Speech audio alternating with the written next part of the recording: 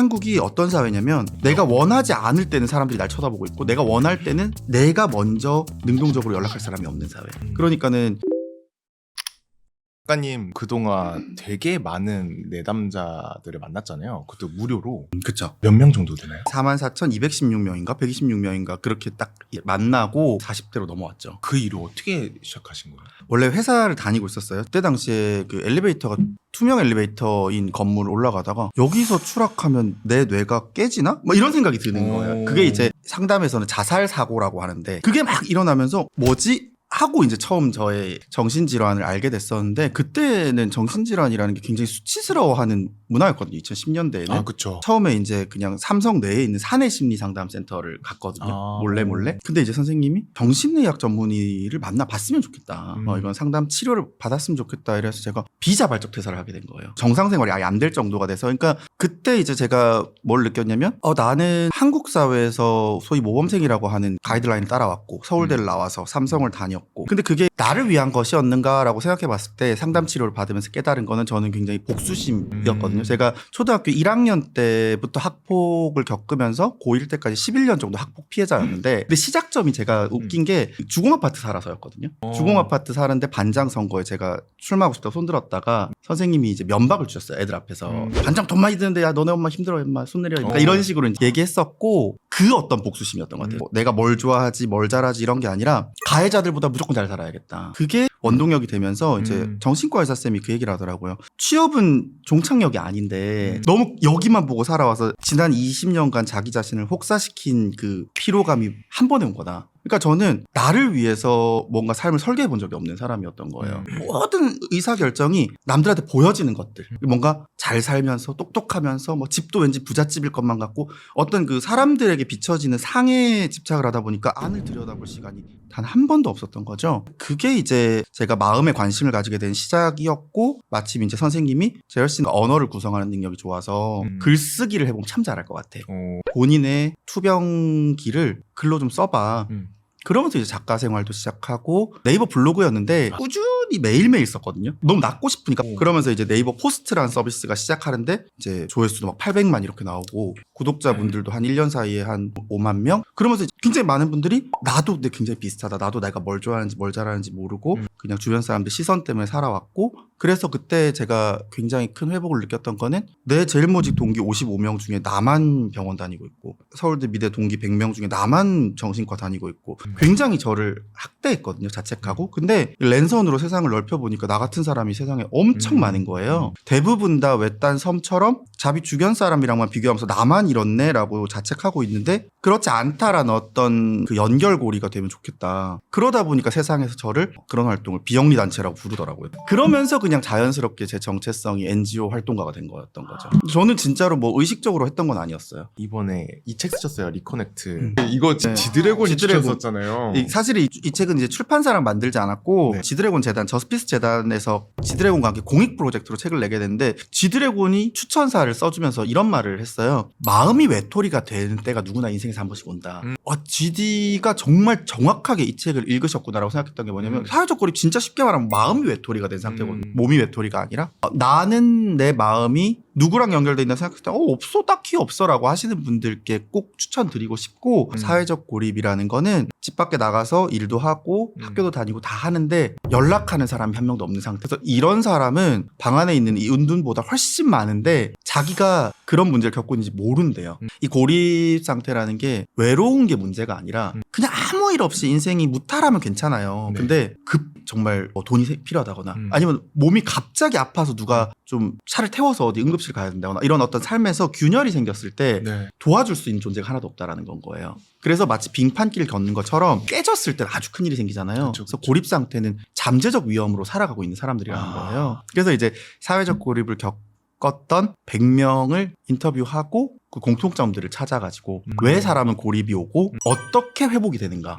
그거에 대해서 이제 책을 쓰게 된 거죠. 책을 읽을 때 나도 그 시절이 있었구나. 고립 시절이. 네, 그죠? 고립 시절이 있었구나. 최근에는 어떤 일이 있었냐면 그 운동을 하다가 네. 다리가 안 펴지는 거예요. 그래서 119에 실려갔어요. 보통 그러면 부모님한테 연락을 하고 그쵸. 날 태워줄 사람을 찾고 해야 되는데 맞아. 제가 너무 아무렇지 않게 그냥 뭐 혼자 택시 불러가지고 택시 타고 역발 짚고 집에 오는 거예요. 그랬구나. 근데 그러고 이렇게 있는데 문제가 터졌을 때 내가 왜 연락을 안 했지? 혼자서 제가 그런 일을 해결하는 게 너무 익숙했던 거예요. 너무 익숙하니까. 살면서 인생에서 한 번 이상 고립을 겪는 사람이 그 대한민국 인구의 3분의 1이래요. 그래서 약 1,700만 명 정도로 추산을 하더라고요. 와. 근데 우리가 고립이랑 은둔을 착각하면 방 안에 들어가서 안 나오는 사람이 1,700명이면 나라가 굴러가냐? 근데 이게 뭔지 알고 나면 누구의 인생에는 한 번씩 그런 시기가 있잖아요. 그래서 이 책 부제가 누구나 한 번은 혼자가 된다는데 사실 이게 제가 지은 게 아니고 사례자 중에 하나인 83세 할아버지가 지어주신 거거든요. 이 사례자 중에 최고령이셨는데 이 할아버지는 저희 동네 주민이에요. 글 쓰다가 답답해서 공원에 이렇게 앉아있는데 네.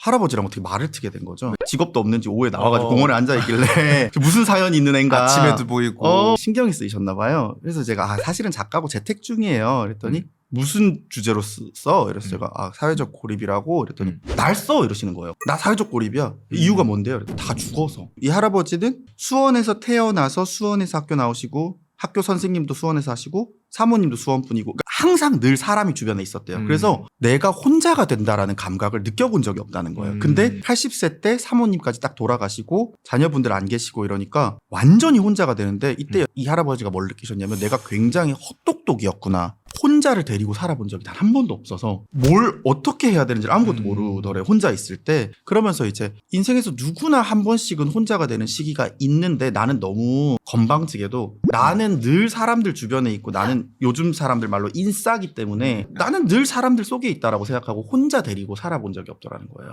그러면서 사실 이 고립은 액시던트더라. 그래서 누구한테 올지 모른다. 러시안 룰렛처럼. 그래서 모든 사람들이 혼자가 됐을 때 어떻게 자기를 데리고 살아야 되고 어떻게 사람들한테 나 혼자니까 좀 연결되어 주세요라고 SOS를 쳐야 되는지 다 알아야 된다. 한국은 혼자 되기 되게 쉬운 사회라서 혼자 되면 어떻게 해야 되는지 다 알아야 된다. 그러면서 이제 어르신이 자발적으로 이렇게 출연을 해주시게 됐죠. 이게 한국 사회가 근데 굉장히 사람이 많지만 없는 게 네. 간섭은 많고 유대는 없는 사회거든요. 오. 사람들이 타인에게 관섭은 하지만 그것이 어떤 이 사람의 안녕을 바라는 데서 나오느냐 아니면 그냥 관습적 행위냐는 우리가 살펴봐야 돼요. 한국이 어떤 사회냐면 내가 원하지 않을 때는 사람들이 날 쳐다보고 있고 내가 원할 때는 내가 먼저 능동적으로 연락할 사람이 없는 사회. 그러니까는 굉장히 피상적으로 긴밀한 사회인 거죠. 이 사회적 고립이 되는 그 과정이 있을까요? 굉장히 다양한 케이스들이 있었고 네. 이런 케이스 있었어요. 정말 일이 너무 많아서 그 대형 로펌 변호사셨거든요. 6시에 출근해요, 새벽에. 그 퇴근 새벽 1시에 해요.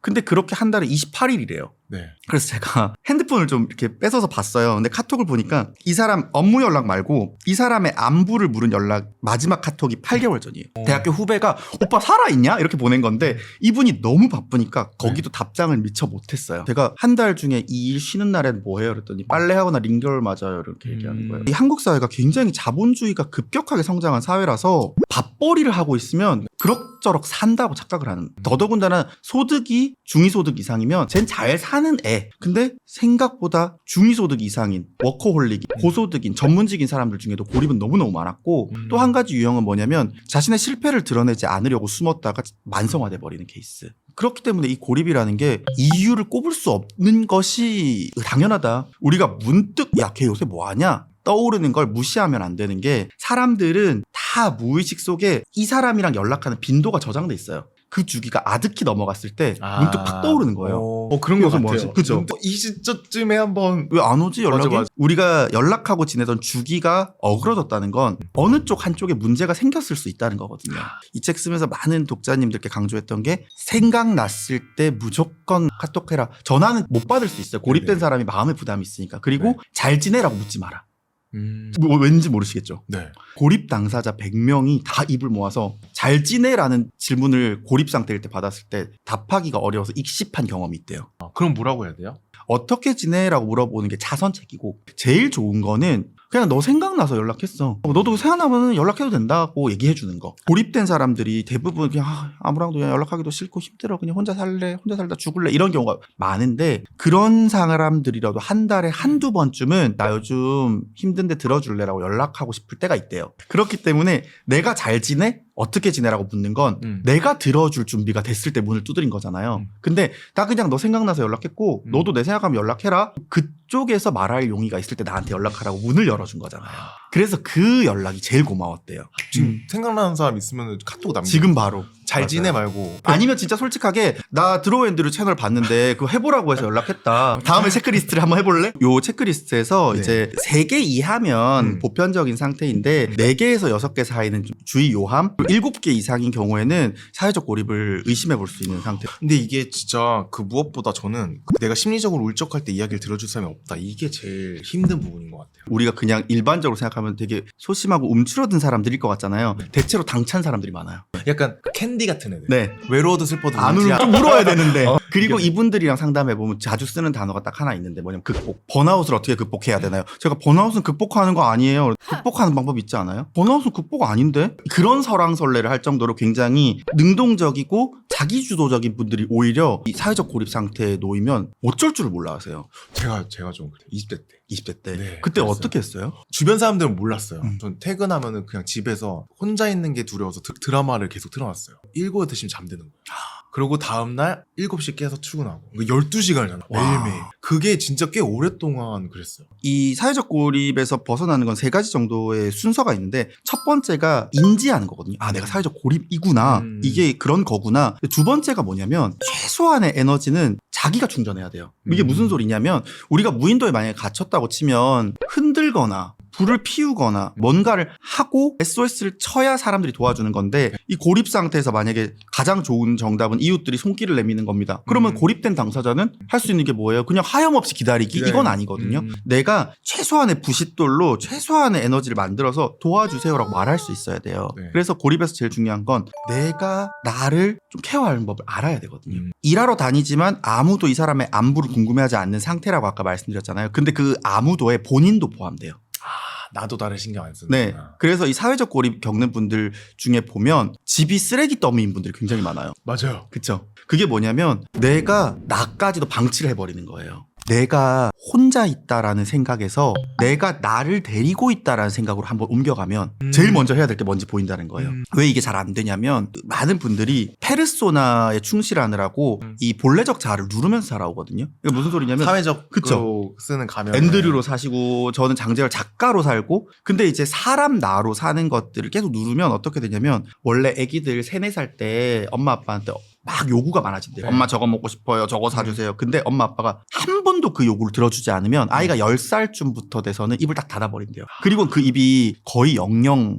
근데 내가 나한테도 그렇다는 거예요. 내가 장재열 작가로 살아야 되고 내가 장재열 상담가로 살아야 되고 스케줄 띄워야 되고 바쁘니까 내 마음속에 원래 자아가 오늘 하루 정도는 쉬고 싶어. 쉬면 안 될까? 안 돼. 지금 너 한참 해야 될 때야. 뭐 자기의 요구를 계속 묵살하면 사춘기 돼서 입을 안 여는 자식처럼 내가 나한테 입을 안 연다는 거예요. 막 이제 힘들어져서 나 자신한테 너 뭐 하고 싶어 해봤자 이 나의 자아는 너무 오랫동안 의견을 묵살당해 왔잖아요. 어차피 말해봤자 들어주지 않을 텐데라는 생각으로 떠오르지 않는 거예요. 의식 위로 안 올라오는 거예요. 내가 뭘 하면 좋을지, 뭘 하고 쉬고 싶은지. 그래서 고립됐을 때 중요한 것 중에 하나가 해도 그만 안 해도 그만인 걸 매일 하나씩 정도는 써보는 건데 위시리스트라고 하거든요. 나의 기분을 업시켜주는 왜냐면 그 장재열 작가로서 하루에 거의 10시간 이상 일하고 있잖아요. 그럼 한두 시간 정도는 사람 장재열의 욕구를 들어주자. 근데 그러고 나서 제가 굉장히 많은 부분에 있어서 사람들한테 너 마음이 되게 편해 보여. 너 요새 되게 얼굴이 좋아. 아, 2개의 밸런스를 좀 맞추면서 살아서 그런 것 같다. 고립됐을 때 제일 먼저 해야 될 거는 수치스러워하지 않는 거, 자책하지 않는 거, 지금부터 내가 나한테 뭘 해줘야 될까.